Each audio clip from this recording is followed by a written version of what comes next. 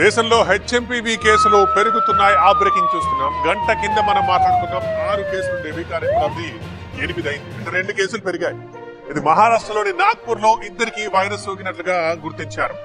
నాగ్పూర్ లో 13 ఏళ్ల బాలికకి 7 ఏళ్ల అబ్బాయికి హెచ్ఎంపీవీ సోకినట్లు నిర్ధారించారు. ఈ ఇద్దరు జలుబు, దగ్గు, జ్వరంతో బాధపడుతున్నట్టుగా గుర్తించారు. దీంతో కర్ణాటక, తమిళనాడులో చెరో 2 కేసులు, గుజరాత్, బెంగాల్లో ఒక్కో కేసు నమోదైనట్లుగా ధృవీకరించారు.